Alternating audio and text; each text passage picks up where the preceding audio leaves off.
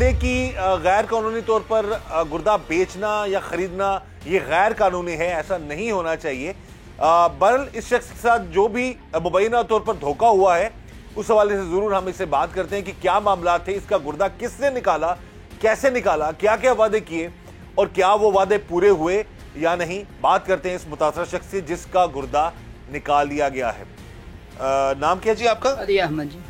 अली अहमद से बताएं कि क्या मामला है, ये गुर्दे वाला मामला कहाँ से शुरू हुआ, किसने आपका गुर्दा निकाला और कैसे? जी मैं 2008 से जिनके पास काम कर रहा हूँ, आज से 6-7 महीने पहले उसने मेरे साथ ये बात की गुर्दे वाली कि मेरी सिस्टर जो है वो जो है ना गुर्दे की मरीज़ है, तो उसको गुर्दा चाहिए, तो जो है ना आप हमें एक गुर्दा दे दें, तो उसके एवज़ हम आपको 1 करोड़ नगद रकम देंगे और उसके अलावा आपका जो है ना जो दवाई मुआवजा और 3-4 महीने जो भी रेस्ट होगी वो भी हम जो सैलरी आपकी चल रही है वो ऑलरेडी वो चलती रहेगी। तो उसके बाद आप अगर काम करना चाहें हमारे पास तो ठीक है, अगर ना करना चाहें वो 1 करोड़ रकम जो देंगे उसका जो आप काम कर सके या जो भी आपका हो वो आप कर सकते हैं। तो मैंने जो है ना घर की तंगी और हालात को देखते हुए मैंने ये उनकी पेशकश कबूल की, क्योंकि मेरे वालिद साहब फौत हुए हैं और वालदा फालज की मरीज़ है और मेरी छोटी बेटी है और मैं घर में सरबराह था। कितने बच्चे हैं आपके? 1 बेटी है, 2 बेटे फौत हो। बेटी है क्या? जी बेटी। क्या उम्र है बेटी की? तकरीबन 4-4.5 साल। 4-4.5 साल है। अच्छा, और अब आपके साथ जब उन्होंने उस शख्स ने जब आपसे बात की कि गुर्दा उसकी बहन को चाहिए, जी वो पाकिस्तान में रहती थी बहन? जी जी इधर ही है, चूनिया में रहती। ठीक है, तो आपके साथ उन्होंने मसलन कि खुद आपने डिमांड रखी 1 करोड़ पे आपने लेना है या फिर कि उन्होंने खुद ही ऑफर कर दी, या हो सकता है कम पैसों पे उन्होंने आपके साथ डील की हो? नहीं सर, उन्होंने 1 करोड़ का ही खुद ही उन्होंने कहा, मैंने कोई ऐसा नहीं कहा कि मुझे 1 करोड़ चाहिए या मैं जो है ना गुर्दा देने के नहीं हक में था, मगर ये जो है ना एक इतना अरसा गुजारा उस लिहाज से मैंने कहा चले उसकी ज़िंदगी बच जाएगी और मेरे हालात कुछ बेहतर हो जाएंगे। गुर्दा बेचना या गुर्दा खरीदना गैर कानूनी? जी ये उन्होंने मुझे बताया था, मुझे इस बारे में नहीं इल्म था। उन्होंने ये बताया था कि घर में किसी फ़र्द को या किसी शख्स के साथ आपने कोई भी इस तरह की बात नहीं करनी, क्योंकि ये कानूनन जुर्म है। गुर्दा बेचना खरीदना कानूनन जुर्म है। जो ऐसा करता है उसका यही हालत है जो बेचारे इस शख्स के साथ हुआ, जो इसके साथ वादे हुए बकौल इसके वो भी पूरे नहीं हुए और इसका गुर्दा भी चला गया। अच्छा, अब ये उसने आपको ये कहा जी कि उसकी सिस्टर को गुर्दा चाहिए और आप दे दो, और उसने ये भी आपको बताया कि कानून जुर्म है, किसी को बताना ना। जी ये उन्होंने बोला था। मैंने उनसे कहा था कि मैं अपने भाई से मशवरा ना कर दूं, क्योंकि एक मेरा छोटा भाई है और एक मैं, 2 भाई हैं।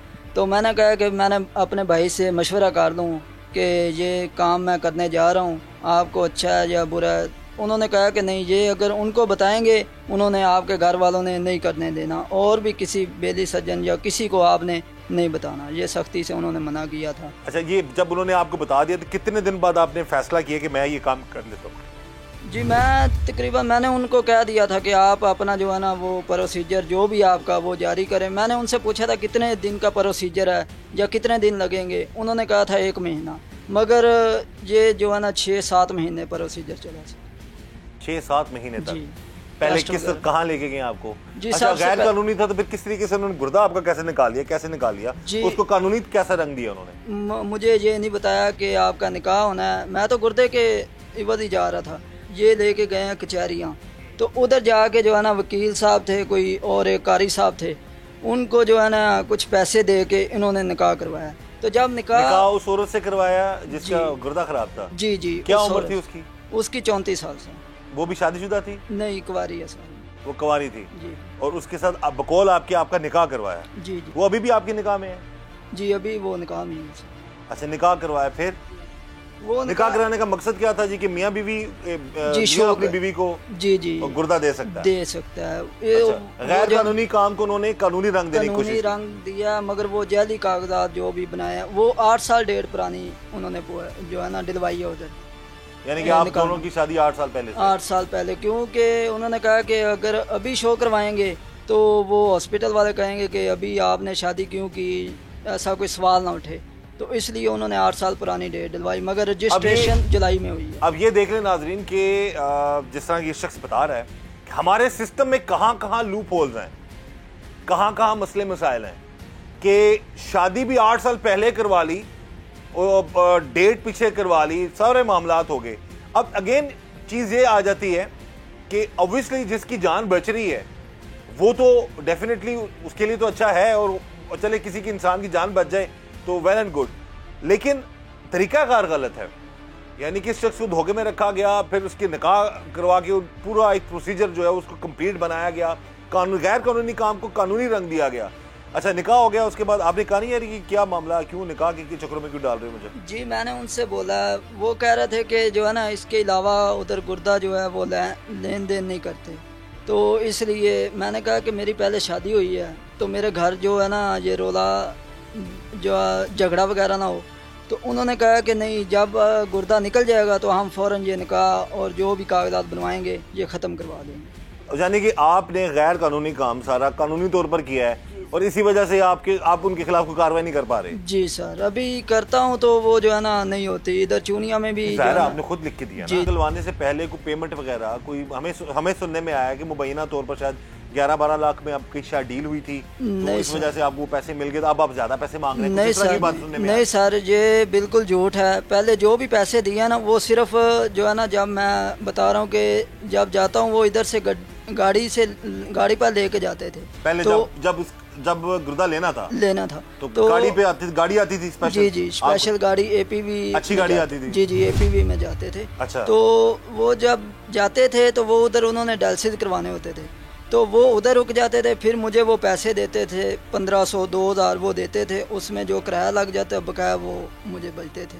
वो जितने भी हैं वो 2 लाख बने 3 लाख बने, उसकी कोई गारंटी नहीं सर। यानी वो आपको मिल जाते थे पैसे? जी वो मुझे मिले हैं 1000 1500 2000, जब भी जाता हूँ वो देते थे। हफ्ते में 2 बार भी जाते थे, 3 बार भी गए हैं। 2 लाख 3 लाख कैसे बन गया फिर? वो 1000 1500 एक मिसाल 1000 रुपये भी लगाए। तो वो जितने लाखों लगा दिया। जी वो ये कह रहे हैं ना, उनका मैं वही बता रहा हूँ कि उनके बकौल जो वो कह रहे हैं ये इतने दिए हैं, वो 2 लाख बना लें, वो 3 लाख बना लें। लेकिन बकौल आपको 1500 देते थे? जी 1500 2000 भी देते रहे। बीवी किधर आपकी? उधर ही है, उनके पास ही है सर। ये तो सभी ड्रामा है ना सर उनका।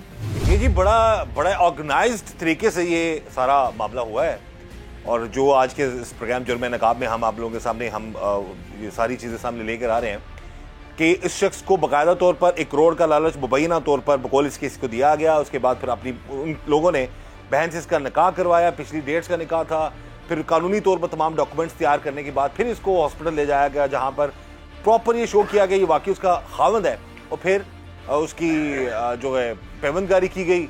और उसके बाद फिर सारा मामला, जब इससे पैसे मांगे तो बकौल इसकी ये कह रहे जी कि मुझे उन्होंने कुछ भी नहीं दिया, और अब जो है बिल्कुल भी बात नहीं मान रहे, ना सुन रहे हैं इसकी बात। लेकिन ये मामला है कि यहाँ पर अगर उन्होंने ऐसा किया है जो उन्होंने वादा किया है, क्योंकि उनकी अगर बहन की जान बच गई है तो ऑब्वियसली जो वादा किया है एटलीस्ट वो वादा तो उनको पूरा करना चाहिए, ताकि इस गरीब को जिस हालत में इसको फेंके हैं ये सरासर गलत है, इसकी मदद होनी चाहिए। लेकिन अगेन मैं तमाम देखने वालों को ये कहूँगा कि अगर आप कोई भी गैर कानूनी काम करेंगे इस तरह से तो लोग आपको धोखा ही देंगे, जैसे कि शख्स के साथ हुआ मुबैना तौर पर कि अब गुर्दा इसका चला गया है और जो है झूठा ने कहा था, बहन उनकी उधर ही है, अब ये अपने घर में जो है वो बस इस हालत में पड़ा हुआ है, ना ये काम काज कर सकता है, ना ये चल फिर सकता है प्रॉपर तरीके से, पूरा पेट इसका कटा हुआ है और गुर्दे वाली साइड भी जो है उसको भी वहाँ से भी चाक किया गया है। अब ये मामला अब इस चीज़ को मद्देनजर रखना चाहिए कि एटलीस्ट ऐसे मामला से बचें, और अगर जिन्होंने इसको पैसे देने एटलीस्ट उसको पैसे दे दें जो भी इसका हक जायज़ बनता है।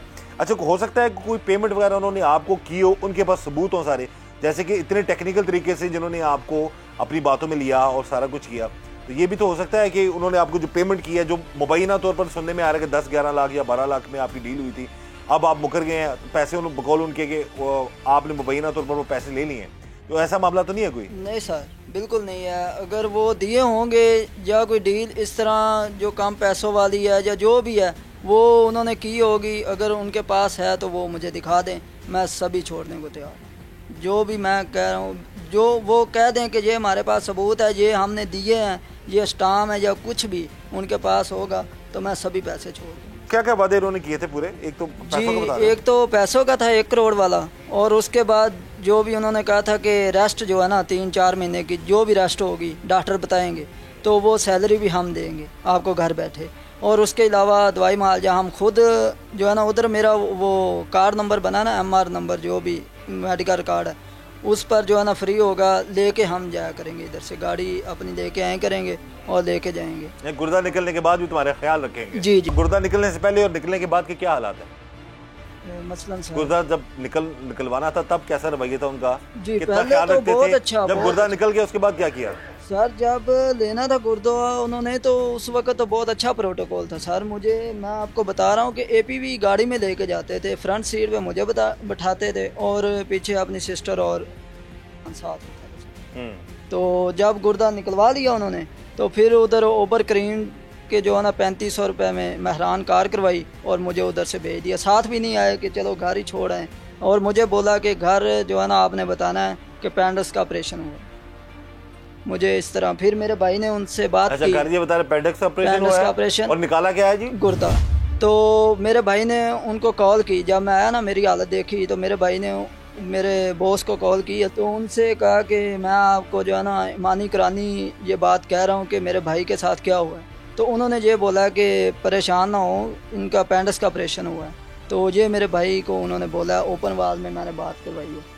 तो जो है ना ये सभी मामला है। आपने तो सारा गैर कानूनी काम कानूनी तौर पर करके अपना गुर्दा उनके हवाले कर दिया आपने। जी जी। अभी मेरा मुतालबा यही है कि जो उन्होंने वादे किए थे मेरे साथ रकम के, ये सैलरी वगैरह या जो भी दवाई मुआवजा, वो मेरे मुतालबा पूरे किए जाए। निकाह की क्या हैसियत है आपकी? निकाह किधर, वो खत्म हो गया है या क्या है? नहीं सर, निकाह तो फिलहाल चल रहा है। वो यही बयान दे रहा है कि इसकी बीवी है। वो पैसों वाली बात में तो वो आ ही नहीं ना रहे। वो कहते हैं कि नहीं इसकी बीवी है, तो अपनी बीवी को दिया जी। तो बीवी को दिया, फिर रखो जी। बीवी अगर है मेरी तो फिर बीवी को मेरे साथ रखो। वो उनके पास ही है, वो ऐसा रिलेशन ही नहीं था कोई इस तरह का, सिर्फ गुर्दे के इवज उन्होंने निकाह करवाया था सभी का। आप ये तो कर सकते, कानूनी हक है ना आपका कि ये बताएं जी कि मेरे घर मेरी बीवी है, तो ये साबित करें जी कि मुझे, या तलाक वगैरह तो नहीं लिखवा ली उन्होंने आपसे भी? नहीं, अभी उसके बाद मेरी उनसे मुलाकात ही नहीं हुई। 1 तारीख के बाद जब मैं इधर आया हूँ ना। आप ये चाहते हो कि जो वादे उन्होंने आपके साथ किए थे वो पूरे करें, आपका ख्याल रखें। अब आप तो चलें फिरने से भी बिल्कुल मामला खराब है। बिल्कुल जी, बिल्कुल। मैं वॉशरूम नहीं बैठ सकता सर। अपनी गुर्बत के हवाले से बता दो कि अभी हालात क्या थे और अभी भी क्या हालात? बहुत परेशान हालात इस वक्त जो है ना। मेरे घर आटा भी नहीं है, तो बहुत परेशान हूँ। और जो है ना बस यही मेरी वज़ीर आज़म शहबाज शरीफ साहब से भी अपील है, और वज़ीर आला मरीम नवाज़ से, और जो भी आला हुकाम है उनसे अपील है कि मुझे इंसाफ दिलाया जाए और इनकी इंक्वायरी की जाए। बिल्कुल जी, हम भी यही कहेंगे जी, इस केस की तफ्तीश जो है मेरिट पर हो, और जो भी हकायक हैं, जो बात है, उस शख्स ने खुद ही पहले बता दी कि उससे गलती हुई, इस सेंस में लालच में आ गया। लालच हमेशा कहते हैं बुरी बला है, और हम यही कहेंगे अपने तमाम नाज़रीन को, खुदा रहा लालच में पड़ने की बजाय अपने मामलात को दुरुस्त रखें। लेकिन अगेन बात आ जाती है जब गुर्बत आती है ना, जब गुर्बत, अल्लाह रहम करे सब पे, जब खाने को रोटी नहीं है और इस तरह के मौके किसी शख्स को मिलते हैं। बहुत सारे ऐसे मामला बाजी में भी हमें देखने को मिले जिसमें रक्षा ड्राइवर है, मजदूर है, इन लोगों को जो है 1-2 लाख का लालच दे के उनसे गुर्दे निकलवा कर करोड़ों में बेच दिए जाते थे मुबैना तौर पर। तो उनको वो लाख भी नहीं मिलता था। इस शख्स को तो सजा मिल गई। अब ये वो नॉर्मल जिंदगी इस तरह से नहीं गुजार सकता, ना चल फिर सकता, अभी अपनी गुर्बत में बैठा हुआ अपने घर में, इसको तो सजा मिल गई। तो जिन्होंने ये काम किया है, अपनी बहन को मुबैना तौर पर से शादी करवा कर, इसका शोहर साबित करवा कर और इसके से गुर्दा दिलवा कर फ्री में काम कर लिया, फ्री में गुर्दा लगवा लिया, उनके खिलाफ एटलीस्ट फिर कोई ना कोई कार्रवाई जरूर होनी चाहिए कानूनी तौर पर, ताकि कोई किसी को ऐसा धोखा ना दे सके, किसी को लालच ना दे सके। अगर अच्छी चीज ये थी कि उनकी बहन सेहतयाब होगी तो इसको डेफिनेटली इसके लिए कुछ करते, लेकिन अगर उन्होंने नहीं किया तो डेफिनेटली फिर उनको भी इस चीज़ का ख्याल रखना चाहिए। इस दुआ के साथ कि अल्लाह ताला हम सब पर रहम करम और फजल फरमाए, अल्लाह ताला हमें हर तरह हर किसी के शर से बचाए। और अगेन मैं अपने तमाम नाज़रीन को यही पैगाम दूंगा कि इस तरह किसी भी गैर कानूनी काम में मत शामिल हों। गुर्दा खरीदना बेचना कानूनन जुर्म है, तो आप इस तरह के मामलात में पड़ेंगे तो इस शख्स की तरह खुदा न खासा मामलात हो सकते हैं। तो ऐसे मामलात से बचिए, यही मेरा मकसद है अपने इस प्रोग्राम जुर्म नकाब में। मुझे इजाज़त दीजिएगा, अपना ख्याल रखिएगा, अल्लाह हाफ़िज़।